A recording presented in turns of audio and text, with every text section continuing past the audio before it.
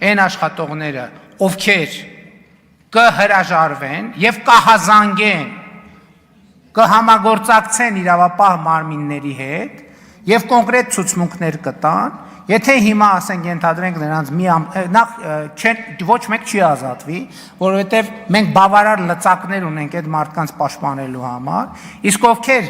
իրավապահ մարմիններին հետ կհամագործակցեն, ցուցմունք կտան եւ այլն, այն մյուսները կդատվեն, իսկ